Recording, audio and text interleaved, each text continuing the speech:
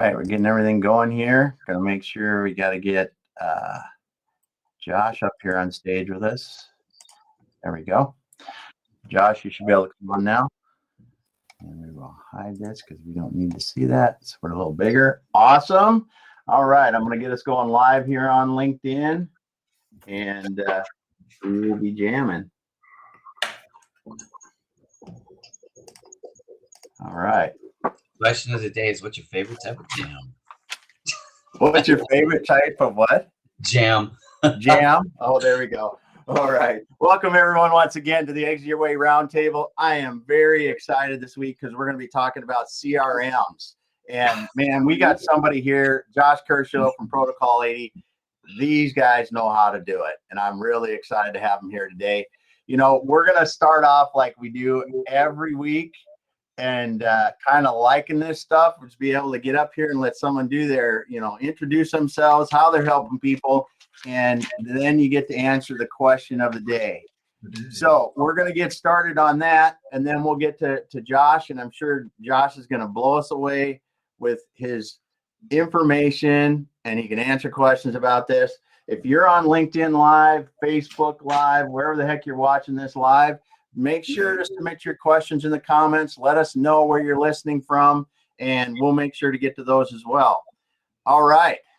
Well, who do we got coming on stage with us first? Well, why not? Andrew, get up here. Andrew Deutsch. Woke me up. Let's All right. Video expert, marketing guy. Strategic marketing. What'd I do? Well, we called the My Pillow guy, but he's unavailable. He's going to be on Jimmy Kimmel being interviewed laying in a bed of pillows. There you go. He accepted the offer. It should be fun to watch. You're going to be cuddling. They are. He needs some cuddling. Or psychiatric help, you decide. Yeah. Nice jacket that wraps around like this. Yeah. Good to see you today, Andrew. You too. Did your snow go away there, Andrew? No, I still got a few inches on the ground.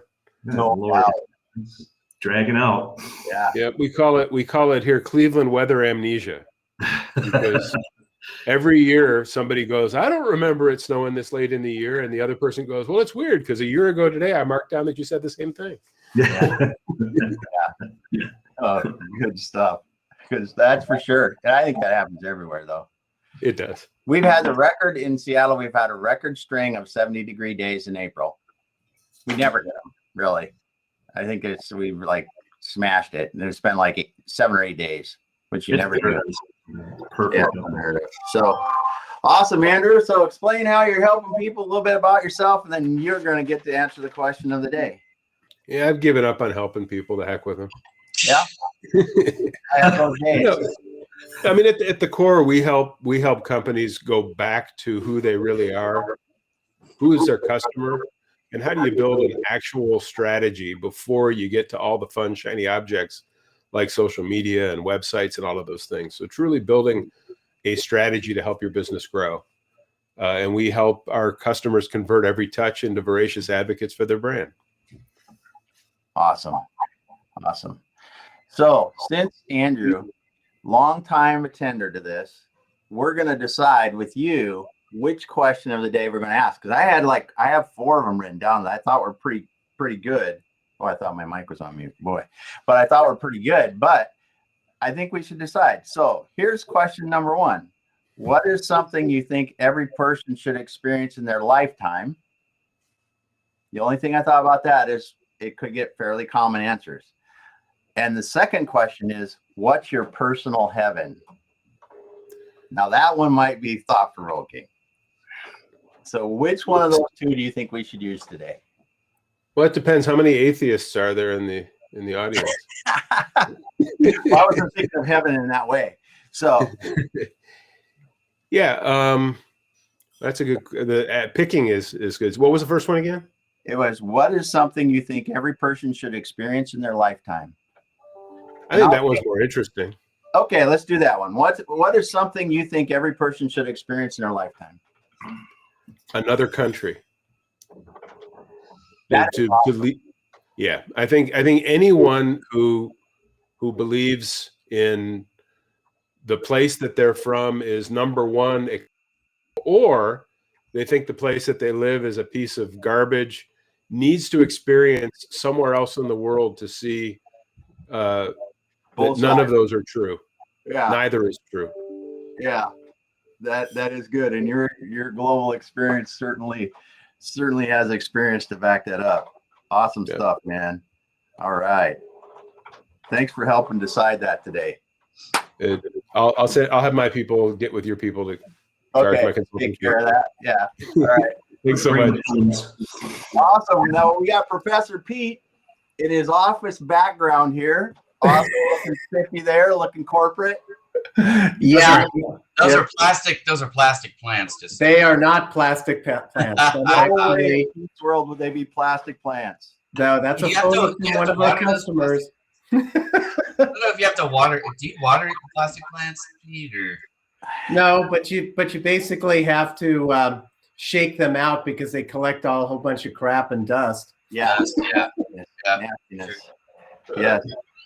All right, Pete. So tell us how you're helping people today, and we'll get to go to the question after that. Sure.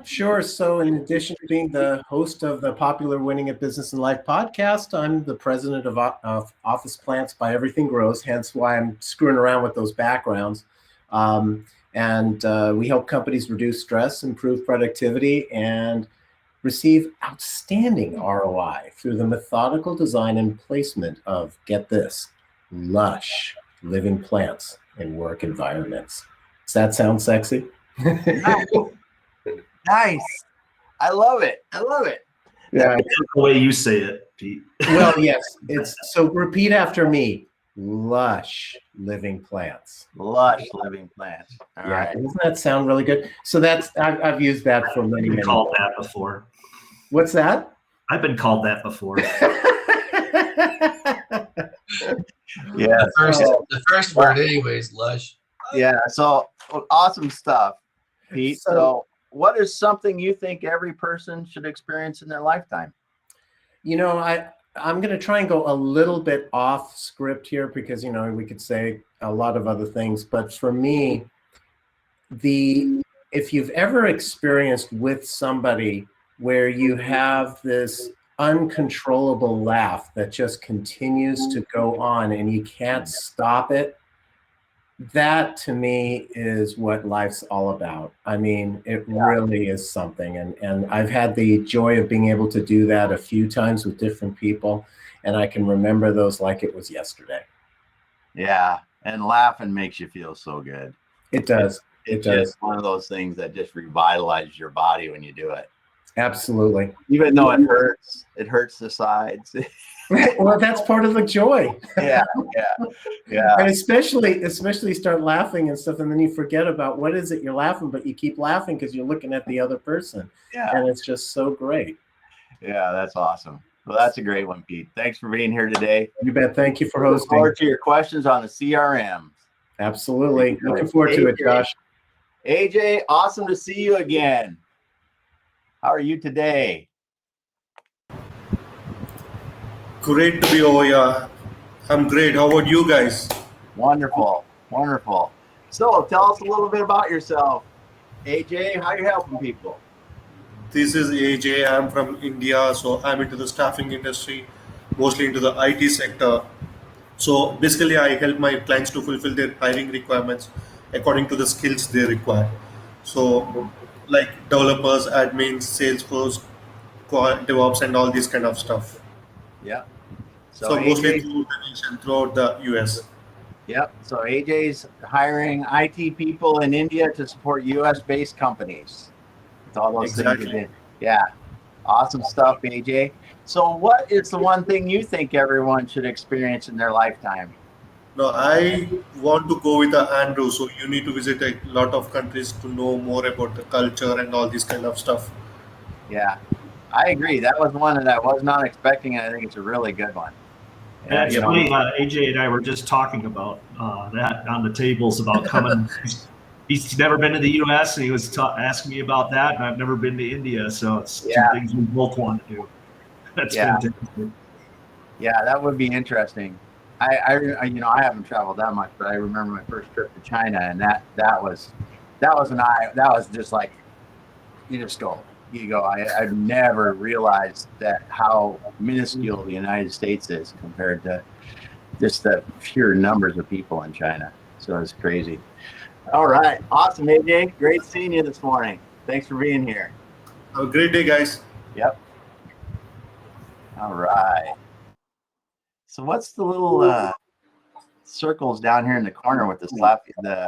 Is that like something new they've added? It's so funny. You never know, and they add stuff. Brad Smith. Good morning. How are you today, sir? How are you? I am superb. Awesome. Well, tell us a little bit about yourself, how you're helping people. I help people go from where they are to beyond what they think they can achieve as far as the growth of their company is concerned. If that's a 0, fine. If that's 2 zeros, fine. If it's only 100% change in their annual growth, I'll cope with that. So Yeah. There we go. That's what I get to do, help them evolve and grow. I heard you're a professional model. That's what I heard. No, I'm not. I just, stumble into opportunities. Awesome. So what is one thing you think, and I know you're going to answer this question uniquely, what is something you think every person should experience in their lifetime? Well, I have 2 answers for that. Nice. The first one is a really good cashew. A really good what? Cashew. Nut. Oh, yeah. Or actually not nut, but Yeah. And then, as far as fruit are concerned, I'm all for cashews. Yep. So, yeah. And then the other thing I would say is I think it would be really amazing if everyone could experience at least once 15, 20 minutes of a deep meditative state where they recognize who they are, what they are, and that their emotions are just a tool and not who they are. Yeah. See, I knew you would give us a good deep one to think about. Our emotions are just a tool. And really, when you do a lot of study on that, it becomes more and more apparent that your emotions are tools to help you do good or bad. That will either help or hurt you. Let's put it this way. Those people who are tools, right? Their emotions run them. Yeah, there you go. There you go. Awesome. Well, great to have you here today, Brad. I know you're going to be interested when we get with Josh. Oh, totally. Yeah, good stuff. Grant, awesome to see you today, sir. Thank you. Tell us a little bit about how you're helping people, and then we'll get to the question of the day. The contaminant exposure, I think, is the important thing in addressing it in a couple of ways. But our speaker Andrew had mentioned how the hacking in the food industry has probably created a lot of health problems for all of us in Western culture, and it's the same thing in other areas. We're working in skincare and hospitality plastics, those single-use bottles. So those are the 2 areas we're trying to clean it up. Okay, so you're helping people use better skincare products that are healthier for them, and the containers that they come in. Right. Awesome. Is the BPA free stuff, is that all just kind of a myth and just kind of like a marketing thing, or is that helpful? I believe it's helpful, and I'm counting on that transparency is legit, and that we can get these unnecessary things out of the plastics, and maybe even get out of plastic entirely at some point. Yeah. I always like one thing about, and I don't like, I think it's interesting that when we talk about sustainability and cleaning up the planet, that nobody looks at and this is just a fact of life. Plastics come from petroleum. That's where they come from. Every bit of them. And maybe I'm not 100% right, because there's some that are probably different than that, but the vast majority come from petroleum. And I don't know how much is actually used for that, but the petroleum products industry is huge just behind plastics and get to there. So It's that's a thing. If you can get good health, skincare, because I also know there's been a lot of class action lawsuits in the past few years on skincare products too. So these things are hurting us. Yeah. Good stuff. Great to have you here, Grant. Thanks a lot.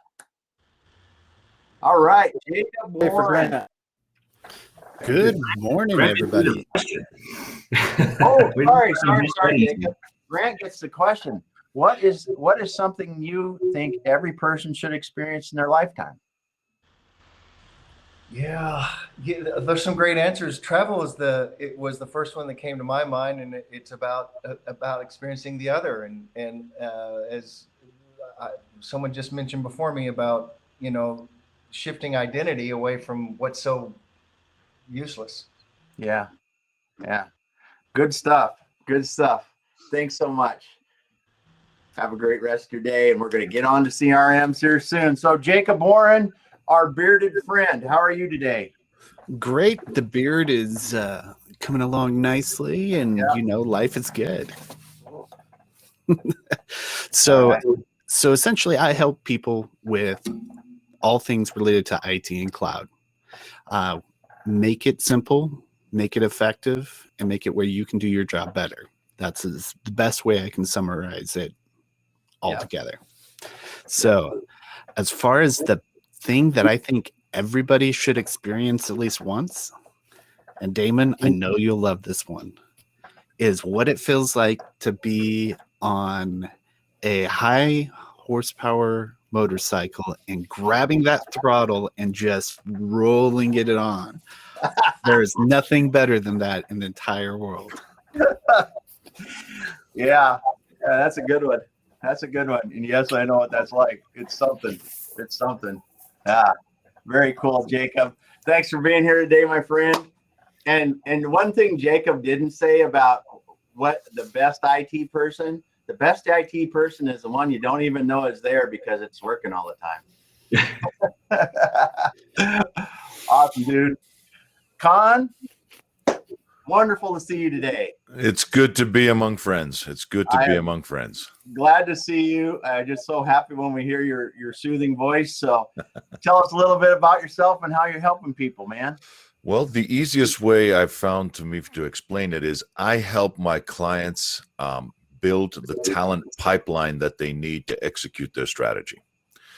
And sometimes that involves one-to-one through executive coaching or counseling. Sometimes it's one-to-many through workshops, through meetings, through planning sessions. And sometimes it's just helping them create the systems that they need to sustain the process. So that every dollar that they spend on their people is a dollar that comes back to the organization multifold, because now they got the talent that can execute what they plan to do. And It doesn't happen without their people. That's for sure. And it does. You're right. It starts with the people and ends with the people. Yep. Yeah. Yep. And the bigger the organization, the more important that is. Yeah, that's true. That's true. You got two people in a room, you pretty much know what you're going to do. But you get 2,000, it's a lot different. Indeed. Yeah. So the question of the day: what is something you think every person should experience in their lifetime?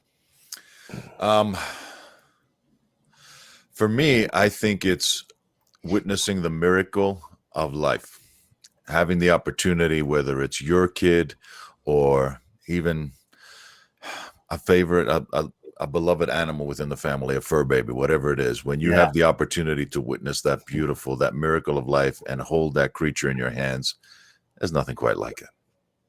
Yeah. You realize why we're here. Yep. So awesome. My 2 cents.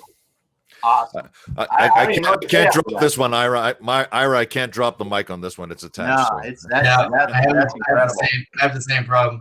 Yeah, that's an incredible one, dude. Jeez, that was awesome. Thanks so much, Con, for being here today. Mark, glad to see you. Glad to see you too. Yes. Good to be here. So tell us a little bit of how you're helping people. Sure. I'm a fractional COO with a background in e-commerce operations. I spent 12 years leading sales and marketing, product development, and customer service for an online retailer of music gear. And since then, I've been focused on helping visionary CEOs clarify their goals, develop a sales and marketing strategy, and scale their business for sustainable growth and profitability. That's what I do. And this is a really good question. I've heard some really good answers.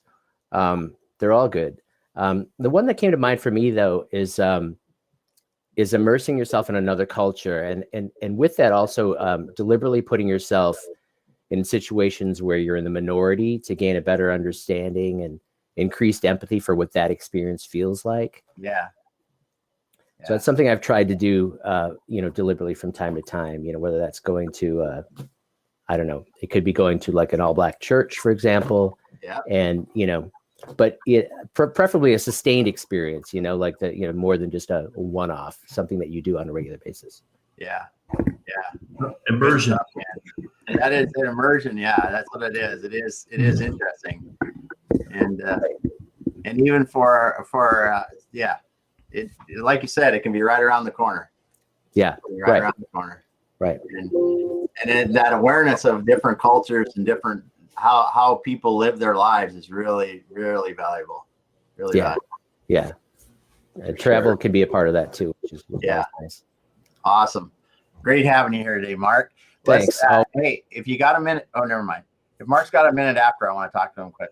But Matt, awesome to see you, Dave, from Packerland, as you said. How are things? Oh, things are doing wonderful here in Wisconsin. So do you have snow in Wisconsin? No, not on the ground, but it did snow the last 2 days, flurries, but didn't stick. So how does Cleveland have snow and you don't have snow? That's my deal. Well, the better looking guys in Wisconsin, we're ready for summer, so they must not be as good looking down there as we are up here. Okay, there's the question. The answer to the question is. Yeah. All right. Well, tell us how you're helping people, Matt. Well, actually, the reason I'm a little late today is I got a kind of a strange call. I guess I'm helping the New York Times out this morning because they called and interviewed me about this how manufacturing is in today and where I think it's going. So did a nice little interview with them. Now, if I make the New York Times, that'd be kind of a strange deal for me from some small kid in Wisconsin. That's awesome, dude. That's cool. That's awesome. Very good stuff.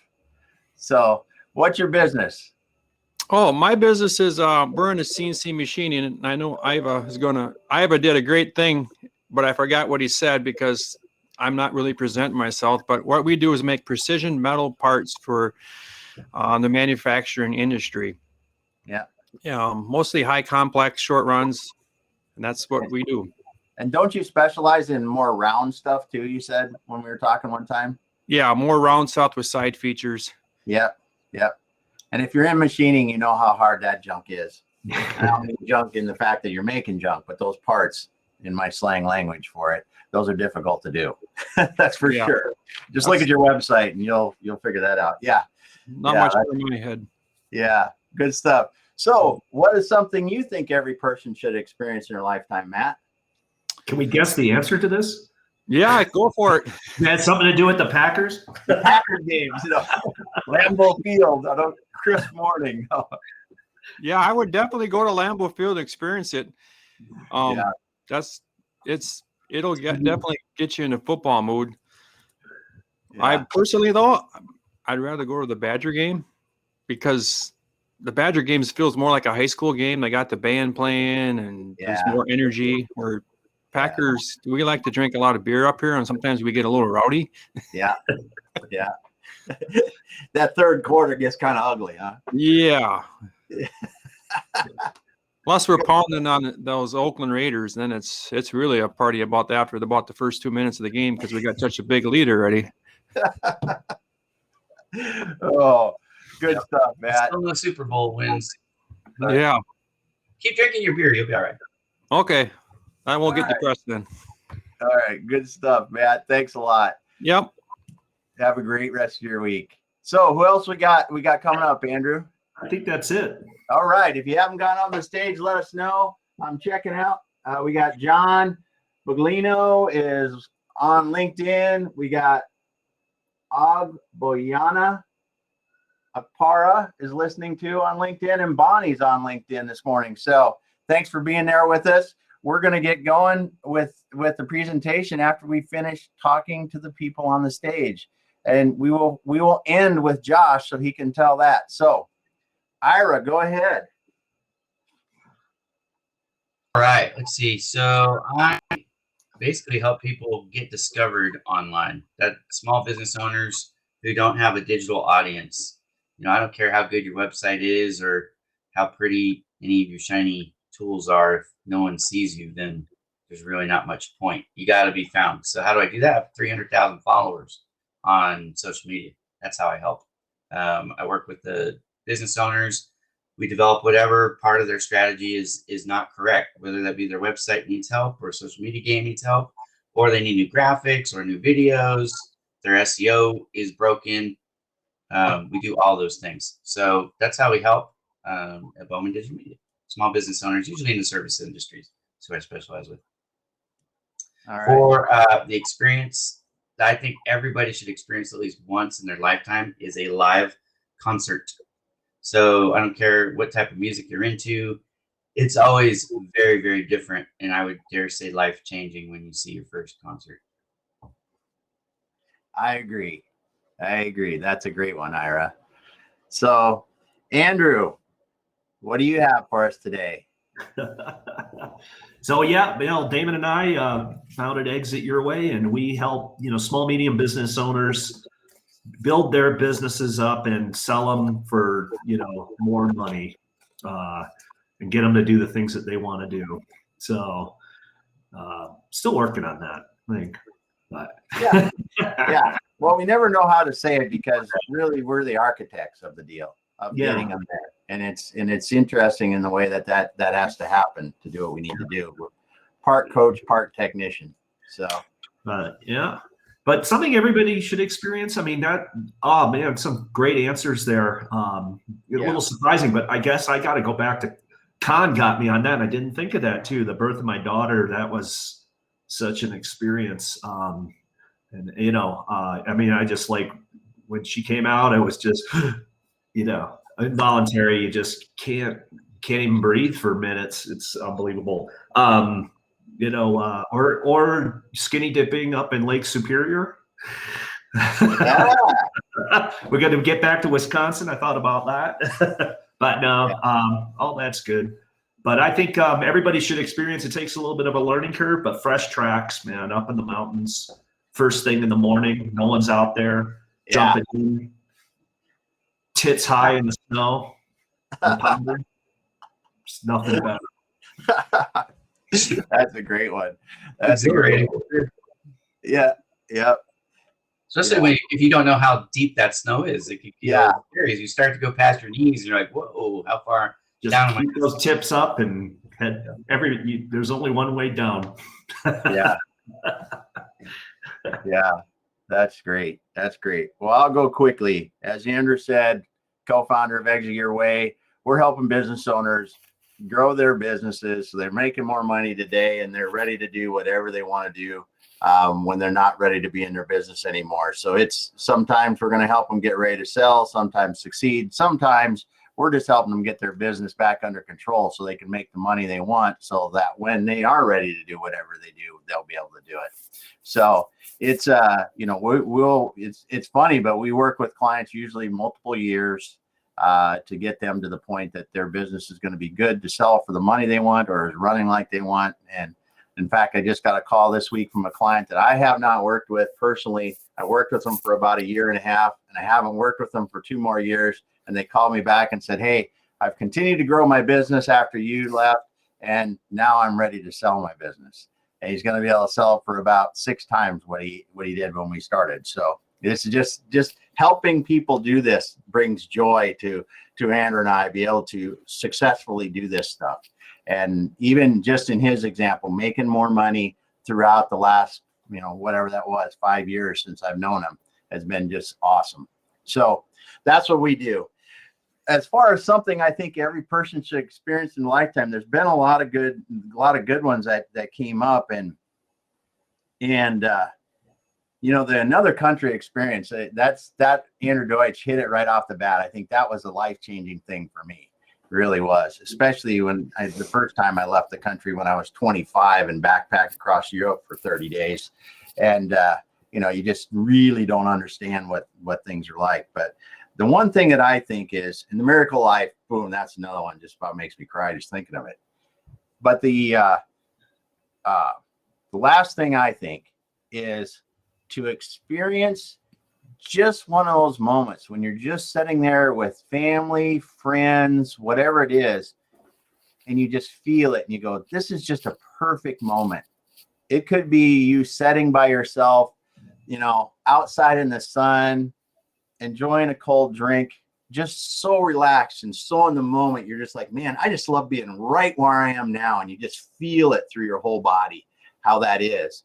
Or you're sitting with friends and like someone else said, you're laughing uncontrollably, how Pete said that. I think just those moments, and if we can capture more of those in our mind and really understand that we have those every day, it builds on itself, and you find more of them in your life. And that's what I think, because we can easily focus on the negative, but I really think that's something every person should experience multiple times in their lifetime, and as many as they can. So I kind of got off topic there, but that's my 2 cents worth on that one.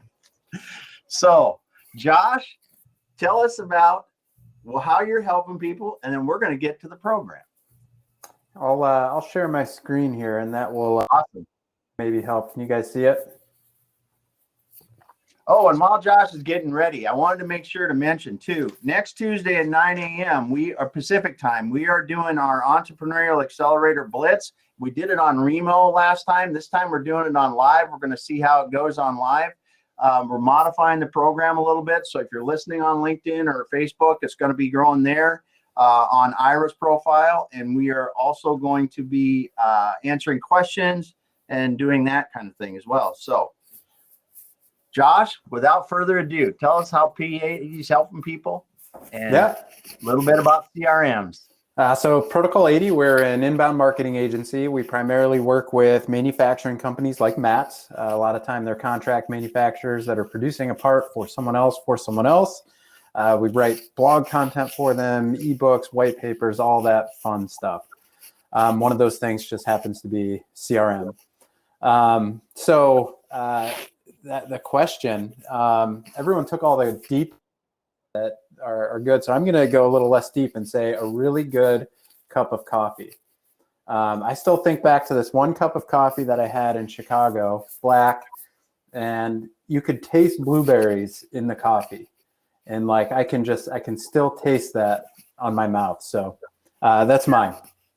That's a great one because, and this is so funny because coffee is something that Andrew and I have shared at a very intimate level in business, because we used to make, if you're in Starbucks and they have, what do they call it now? I don't even know, the machine that does Starbucks calls it a special thing where it makes the coffee in front of you and it sucks it down through there. But we actually helped the company that developed that.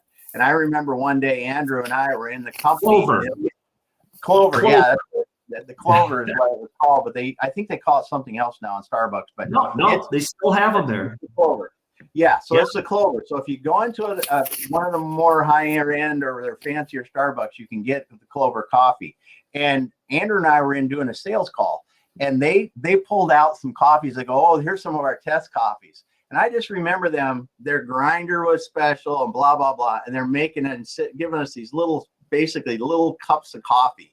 And you just do not know what it's like until you do something like that. Well, this was a manufacturing meeting talking about production and schedules and planning and all that. And we were talking really, really fast by the end of the meeting. Yeah, it's one of those, you finish it and you're just sweating. So that's a great one, John. That's a great one. Awesome. Because there are so many different kinds and so many different flavors. It's crazy. And like for a long time, I would cover the flavor with sugar and cream. Now I drink all my coffee black, and it was because I had what I guess would consider a life-changing cup of like really good coffee. Yeah. So good stuff, man. So let's talk a little bit about CRMs. You guys use CRMs a lot with your clients. Your clients are using them for marketing, you're using them for just keeping track of data, a lot of stuff. So where are we starting, man? Yeah, so we are big advocates for HubSpot, but this is not just HubSpot specific. This is CRM specific. So if you guys are already using a CRM, I'd like to see what that is. If you could put it in the chat, and whether you're actually using it or not. So I'm curious to see what other people have. So what we're going to talk about today, super quick CRM overview, some advantages, practical applications, some other considerations, and then I'd really like to have some time for Q&A at the end, because I think when I think CRM and the conversations that I have, everyone has like a unique situation. You know, there's problems that trend across, you know, different CRMs, but it's always very interesting to hear about internal processes and how like different ways a CRM can benefit it. So if we don't know, CRM just stands for Customer Relationship Management. And when I say customer, they don't have to be a customer. They could be a prospective customer, vendor, partner, so on and so forth. A few of the big names that we were talking about earlier here, HubSpot, Salesforce, Zoho. There are so many CRM systems out there, but just here are a few of the top ones that most people are using. What is not a CRM is a Rolodex, or anything where you're like writing something on a piece of paper, notepad, yellow notebook. That is not a CRM. Yeah. People still rely on that and think that it's a good use of keeping track of information, data, and follow-ups, but it's not. Just another jab. Outlook and Excel, these are not CRMs. These are programs that are great at other things, but it is not a customer relationship management tool. I cringe. I still come across, you know, $20 million a year manufacturing companies that their CRM is Excel or some sort of spreadsheet, or they just look back and search old emails in Outlook. And that's their CRM, right? Just not a thing. So one of the other things that I want to talk about with CRM here is, you guys have all probably heard the phrase garbage in, garbage out. So you can have the world's best CRM, like it's the perfect fit for you, for your organization, for your company. But if what goes into it is garbage, you're just going to get garbage out of it. And we come across this all the time because, you know, people have whatever legacy CRM that they're using and whatever legacy processes that they're using, and they're just not great. And nobody has held anyone accountable. So people are using it in different ways. And then they're like, hey, we just want to move over to something else, right? And sometimes that move to something else is like, hey, I drug my feet for 10 years. Now all of a sudden it's an emergency, right? So we just want to take whatever it is. We want to move the information over, and we want to plop it in our new spot. You're going to get the same result, right? The same thing happens with using it on an ongoing basis. Like if you don't understand how it should be used, or it's not set up appropriately, and you're just making it work, again, you're going to get garbage out. In the manufacturing world, one of the things that I see here all the time, people take their ERP system, right? Their enterprise resource planning system that they're using every day to operate their business. And the ERP provider says, all right, we're going to create a CRM. We're going to plop it on top of our ERP. Yeah. It happens all the time, but it's not a good CRM. It's just like, hey, we've heard people ask for this, so we're going to do it. Yep. But it's so clunky that it just doesn't work right. Okay. But you're going to get the same result. Aren't those more set up for internal sales, like customers you already have and taking orders rather than generating new revenue? Yep. And I agree, Andrew. And you know, some people hear CRM and they just think it's like, it must be the same as Salesforce, or it must be the same as HubSpot, but typically not. Yeah. So some practical applications. I'm going to talk, these are more bullet points than I like to have in my presentations. Usually I have like no bullet points, but I didn't have time to create a slide for each of these.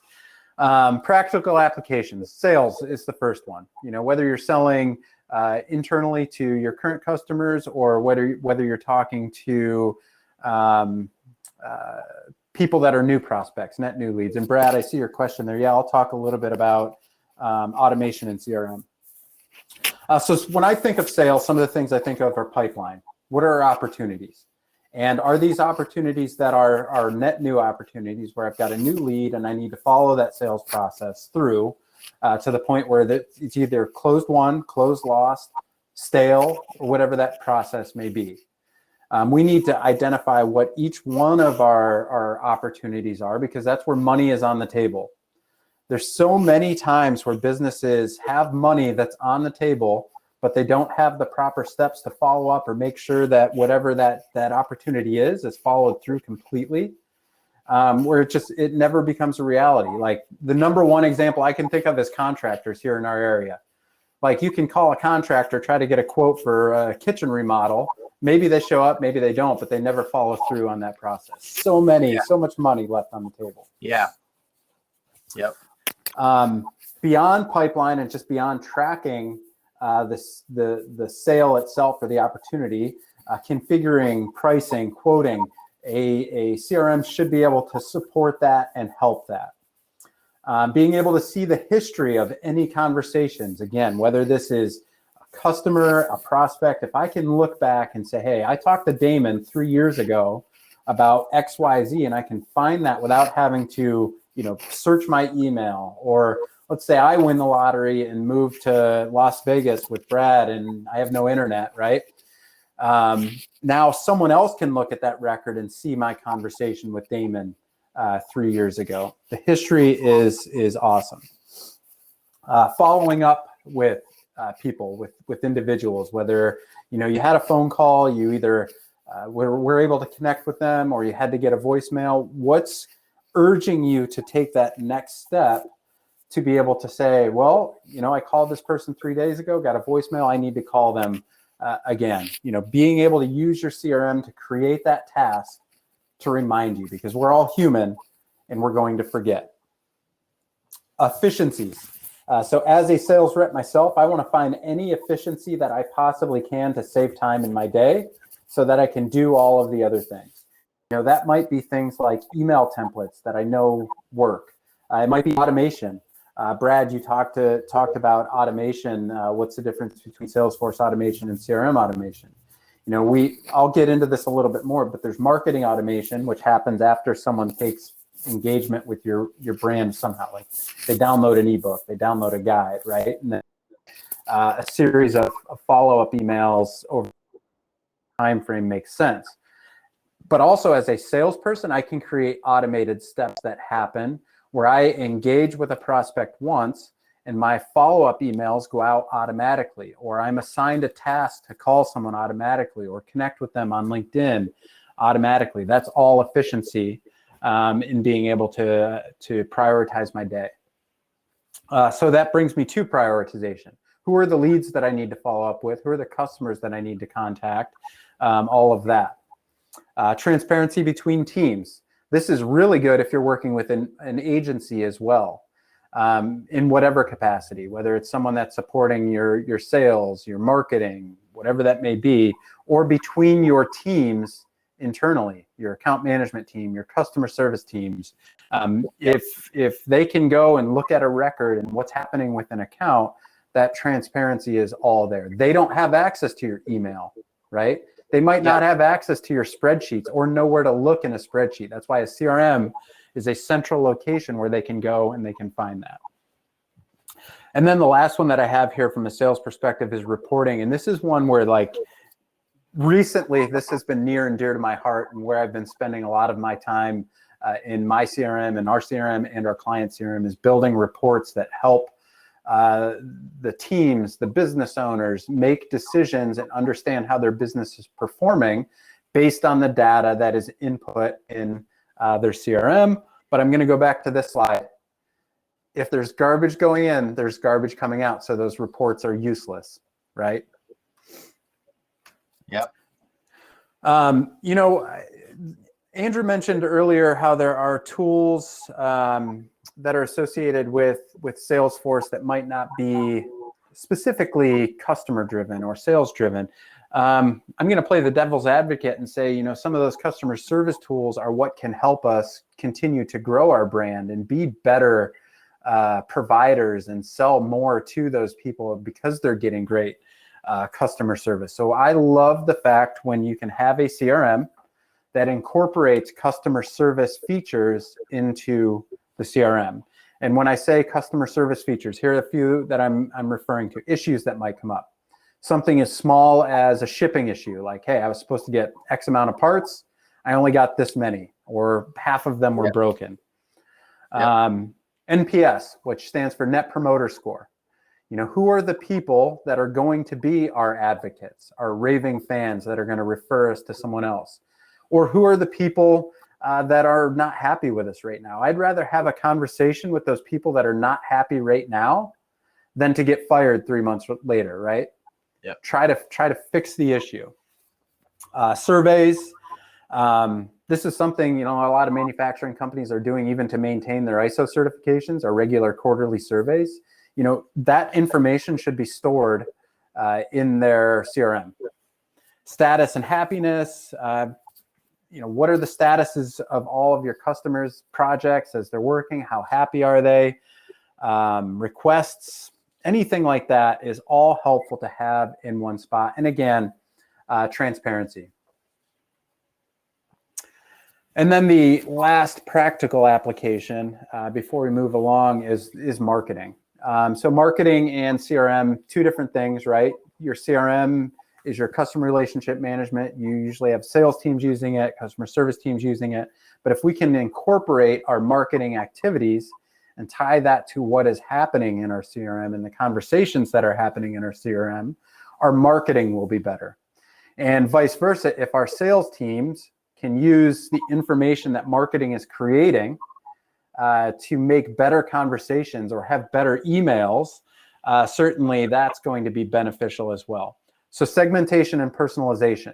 When I think of marketing, especially as we are communicating via email or social media, the more personalized and the more segmented that we can send our marketing materials to these individuals, the better it's going to be, the more it's going to resonate. Lead nurturing. So lead nurturing would be someone that has identified themselves. You know, they're a lead of some sort, but they're not quite ready to buy. If our marketing team knows who those people are, we can create marketing activities that nurture them to the point where they can have great sales conversations with your sales teams. Closed loop reporting. This is one of my favorite features of HubSpot because not only our marketing's performing, but it can tell us what marketing activities are actually producing revenue because our pipeline is tracked in the same exact spot as our marketing activities are going out. Yep. Powerful, powerful. I can't remember who asked. I think, Andrew, you also said when you ask people if you like their CRM, you should ask them, you know, how much money did their CRM make them yesterday? When you have a closed loop reporting system, you can absolutely do that. And then CRM-based advertising. This is something that I also love. So most of you have probably heard about remarketing, retargeting, right? When someone engages with your website, you serve them advertising. But what if you could take like a list of prospects that you met at a trade show last year, right? And now you're coming up on a trade show, hopefully in person this year, and you want to advertise the fact that you're going to be at that trade show specifically to that list. Well, if you have that data in your CRM, that's obviously something that you could do. So those are a few practical applications. When I think about these applications, my must-have features of any CRM, you know, I'm obviously a HubSpot advocate, but if it has these features, I'm also okay with it. Customization without development. You shouldn't have to hire a developer for 40 hours a week for 10 years to be able to maintain your CRM. You should be able to customize it so it works for you without the need for development knowledge and programming. Automation. So again, Brad, automation would be a series of events that would happen because some sort of action took place, right? So real life example, like I go and I have a speaking engagement and I meet, you know, 20 people at that speaking engagement. I download or I take all their information, I upload it to a list into my CRM. Now I have 20 people there, right? I want to follow up with all of those people in a series of events. So I might enroll them in an automation where the next day they say, hey, nice meeting you at the XYZ event yesterday. I'll follow up with you next week after we have a chance to dig out of our email, right? Next week, that email automatically goes out to them. That's like, hey, great meeting you last week. I don't have to remember to send that email. It happens automatically, okay? Integrations with the other tools that you're using on a day-to-day basis. You know, the more we can combine and be efficient and share data, the less chance there is for inaccuracies and the more efficient we are. So QuickBooks or whatever accounting service that you're using, whatever customer service tools you're using, if they're not built into your CRM, should have some sort of integration. It's got to be cloud-based. There's no excuse to have this living on a server at your facility today. It still happens. Oddly enough, it still happens. It's more to maintain when it's in-house. It's riskier, and there's more chance for error. Lead scoring. So I talked about prioritization earlier. Who should I follow up with? Who should I be talking to? If you have some sort of lead scoring, we can use artificial intelligence to help identify and give our leads a score. So I can spend my time talking to the people that are more likely to close and be a good fit for us, as opposed to the people that are less likely to close and be a poor fit for us. It's got to have reporting so that I can build reports, I can build dashboards. So every month, I'm not trying to build the same reports. Salespeople do this all the time. They spend so much time trying to find out, you know, what did they quote last month? Who's anticipating to close this quarter? You should be able to create those reports and have them populate real time all the time. And then segmentation, you know, so again, if I want to follow up with just aerospace people, I have a list of people that are my aerospace people versus my healthcare people, and I can follow up with them accordingly. So those are my must-have features. I'd be curious from people that have a CRM today, what your must-have features are. If there are any outside of this list, I'd be especially interested. So I broke this down into CRMs for small business. So I think some of the top CRMs for small business today would be Hubspot Crm Suite. It starts at free.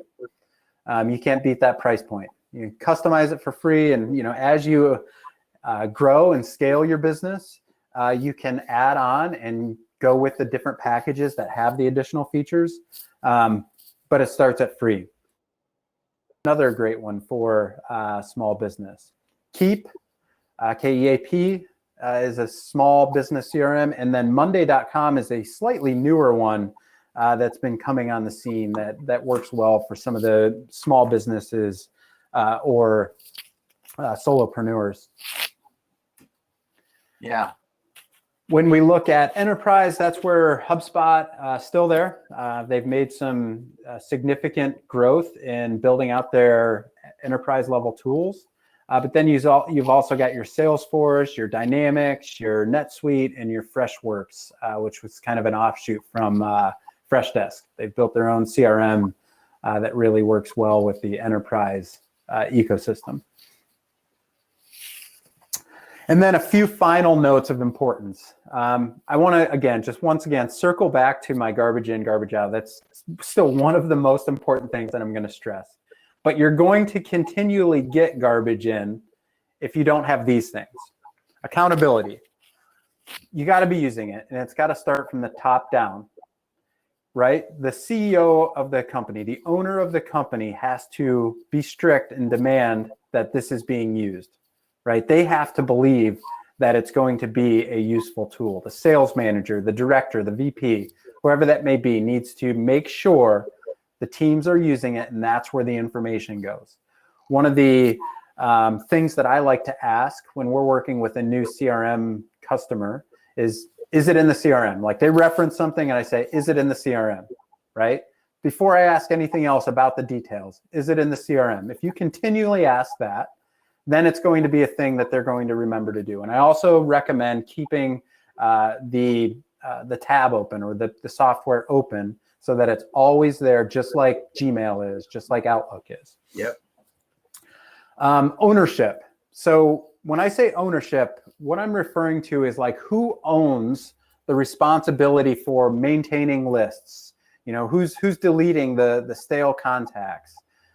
Who's making sure that our pipelines are up to date? Obviously the reps themselves should be managing and maintaining their own information, but there still should be some other level of ownership. So if there's for example, I need to change a property, something that we're tracking, a data point that we're tracking in the CRM, who do I go to? Do I just add it myself? Or do I go to my IT director, my CIO, right? Someone needs to own that. And then improvements and efficiency is where we really try to drive this home as opposed to micromanagement. Now, we hear all the time, if an organization's bringing in a CRM and it's new for the salespeople because they've been using Excel or Outlook, they automatically think that, management just wants to see what we're doing and keep an eye on what they're doing, right?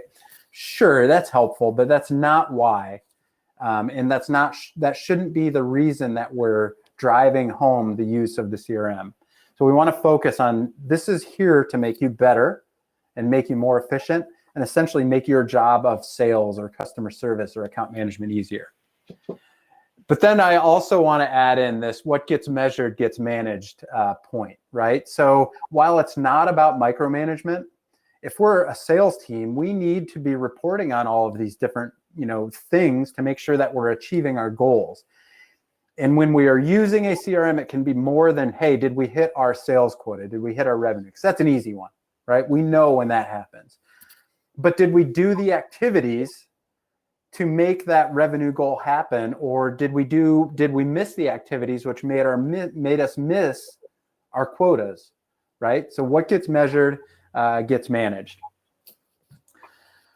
Whew, I had to make this quick. I think I'm still within time, and I think I still have some time for questions. So we talked about just general CRM, what it is, advantages, some practical applications, a few other considerations.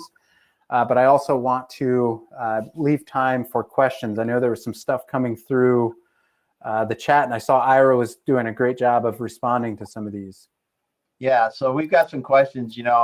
Andrew asked about dynamics earlier. Well, first of all, Con asked about the value of a CRM to a solopreneur. Is it worth the investment?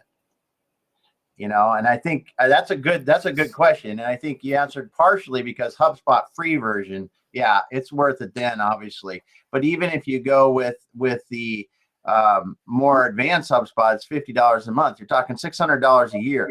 Can it save you 5-6 hours a year, whatever your time's worth, 2 hours, whatever your time's worth?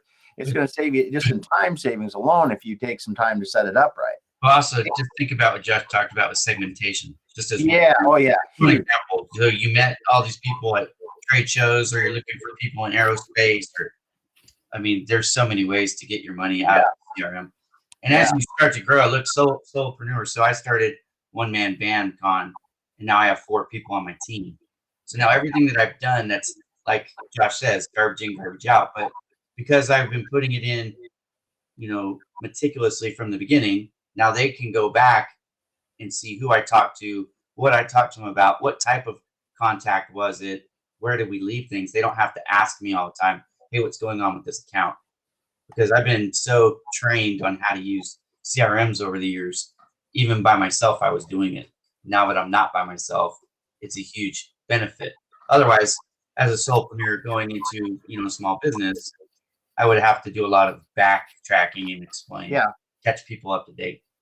Well, even if you're the same salesperson, one of the simple tools that we do use, which we don't use ours nearly well enough, is just email tracking, right?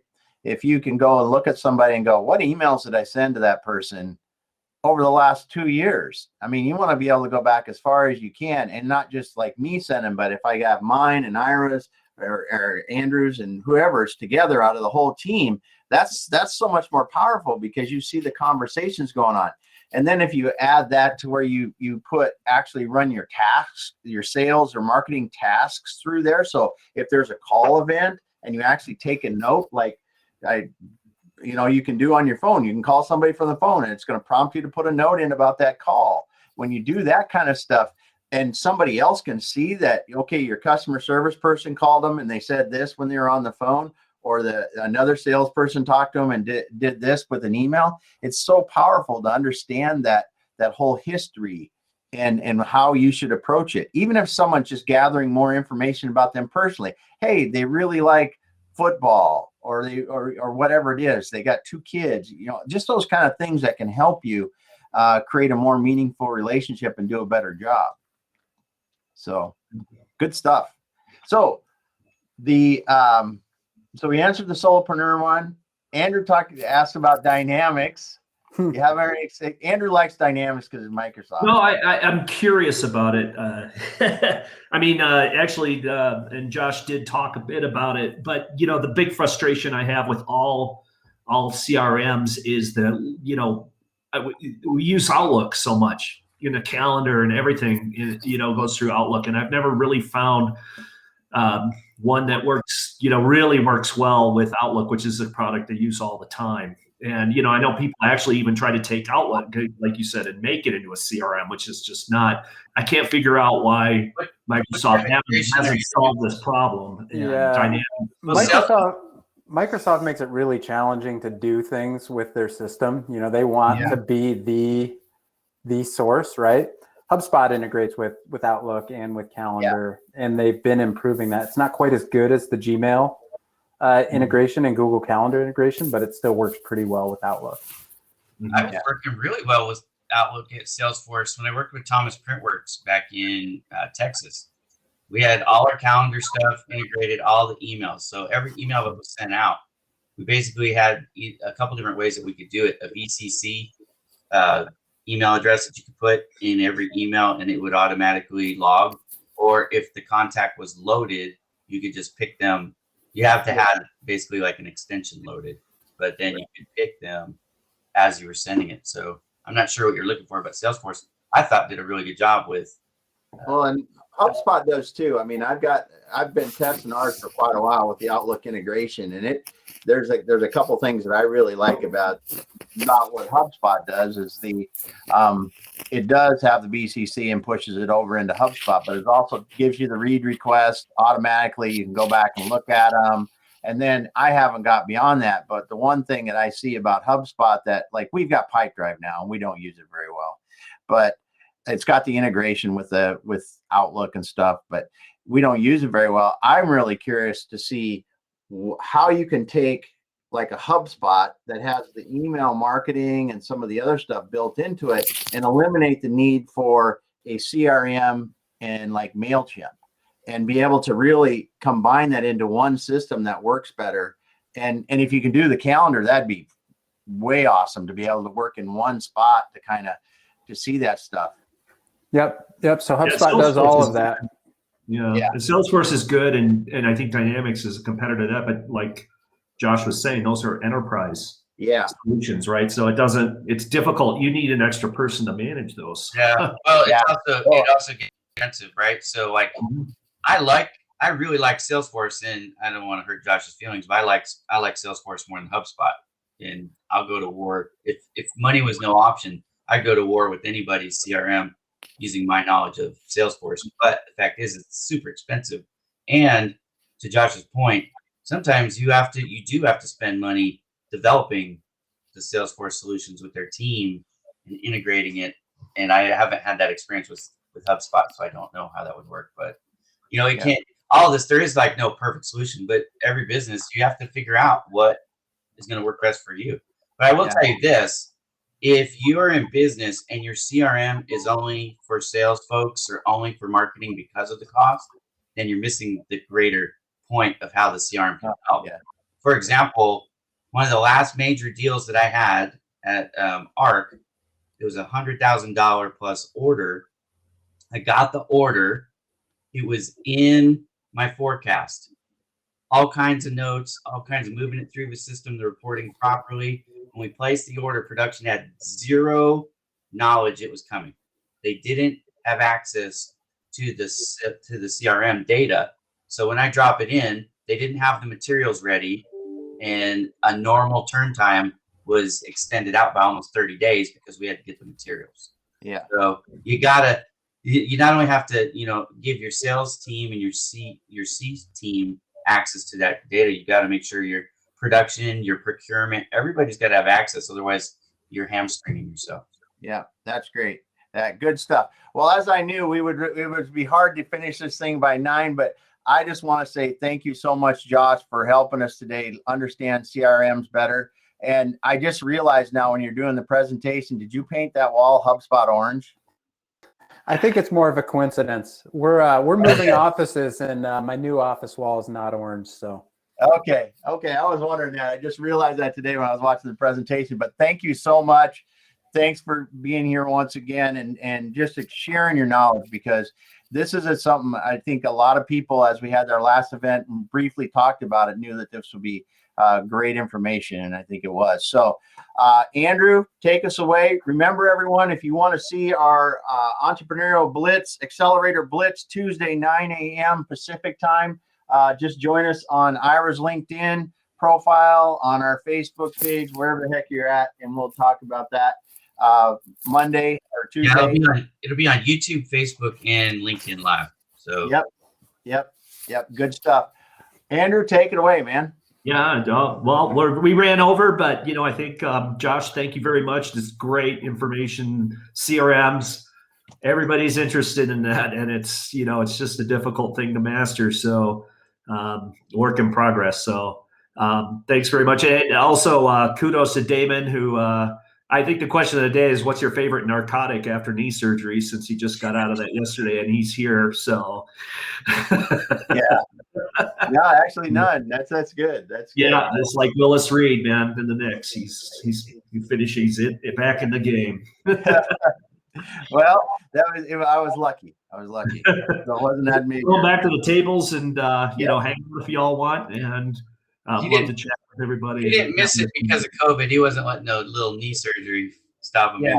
Yeah. Rub some dirt on it, get back in there. Yeah. So what we got this. The one thing is, we are not having this event next week. We've got another event that conflicted with it, so we're not going to do that. But I am going to send an email out to the group because there's some questions I want to ask people. So I'd appreciate it if you can just give me your feedback on that. We're coming back the first week of May with Mel is going to be here. She's got a great speaker along with her. She's our guest host. We got an awesome leadership speaker here. I'm excited for that. We're back then hard in May, and man, just excited to have people around and have fun doing this. Thanks so much again, Josh. We're rolling. We're dropping off LinkedIn Live for all the people there, and we're going back to the tables. Have a great day.